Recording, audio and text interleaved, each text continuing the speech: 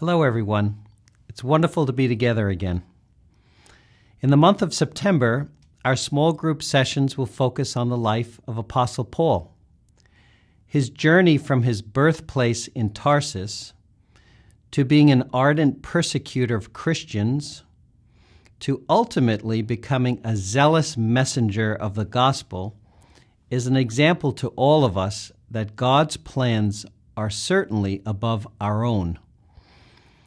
Our sessions this month will specifically focus on the following: Paul's early life and unwitting preparation for his Christian mission, becoming the instrument God would use to share the good news of Jesus with the Gentiles, and finally, how being rooted in Christ gave Paul the strength to persevere in spite of struggles and obstacles.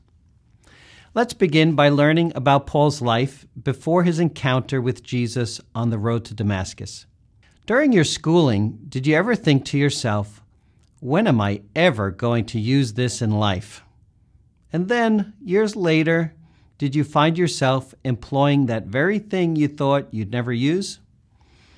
God began preparing Paul for his future work long before he met Jesus. We can learn about Paul's early life from his words written down for us in the book of Acts and in his own letters. In Acts 22, verse 3, Paul, speaking in the Hebrew language, confirmed his Jewish heritage, saying, "I am indeed a Jew, born in Tarsus of Cilicia, but brought up in this city at the feet of Gamaliel, taught according to the strictness of our father's law, and was zealous toward God as you are all today." We get an even clearer picture of his upbringing as a Jew and his devotion to Mosaic law in Philippians 3, verses 4 to 6.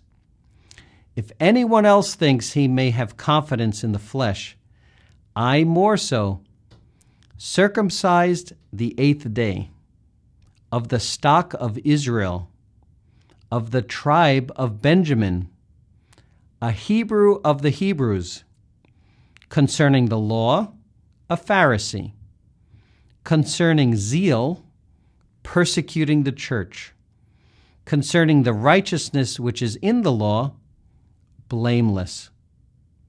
In addition to being a Jew, Paul was also a Roman citizen, which he told the centurion in Acts, the 22nd chapter, 25th verse.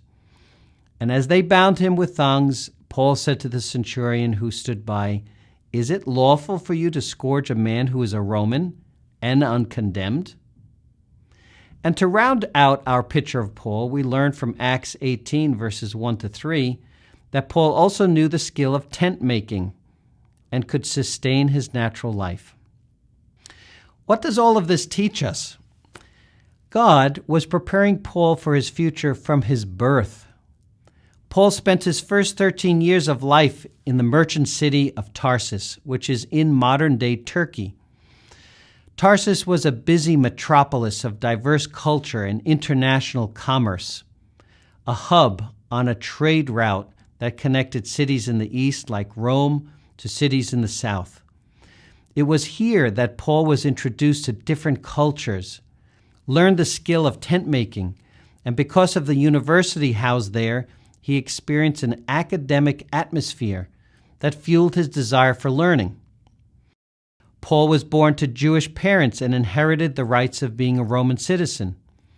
By the time Paul left to study under Gamaliel in Jerusalem at the age of 13, it is most likely that he had already mastered Jewish history, the poetry of Psalms, and the literature of the prophets.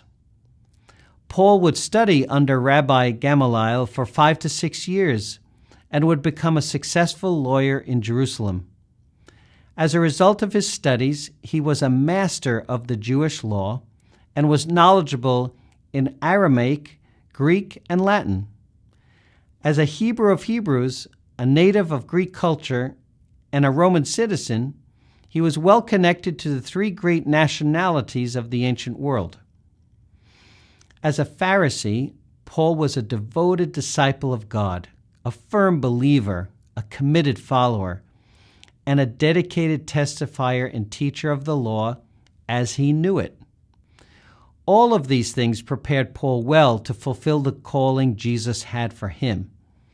His knowledge of different languages would allow him to meet people where they were and speak the gospel to them in a way they could easily understand. His being a Roman citizen gave him the necessary rights to travel freely to the places he learned about from the traders who passed through his hometown. As a tent maker, he could even support his missionary journeys. His knowledge of the Old Testament and the Jewish law would assist him in speaking to the Jewish people and explaining to them the difference and beauty in believing and following Jesus Christ. But most importantly, Paul was already a disciple of God in that he completely bowed to the will of God as he was taught it. When Jesus showed him the gospel as the will of God, being a true disciple, Paul adjusted to this new understanding. God clearly had a plan for Paul, and he provided him with what was necessary to carry out his mission, even before he was converted to a disciple of the gospel of Christ. God also has a plan for each one of us. It may not be clear to you today what God is preparing you to do in the future, but you can be confident in the knowledge that God has a calling for you just as he did with Paul, and that he will provide you with all that is necessary to carry out that calling. As we reflect on what God is doing in our own lives, we should also be aware and respect that God is also preparing others in their journey. Each one of us has a purpose in God's plan, just as Paul did.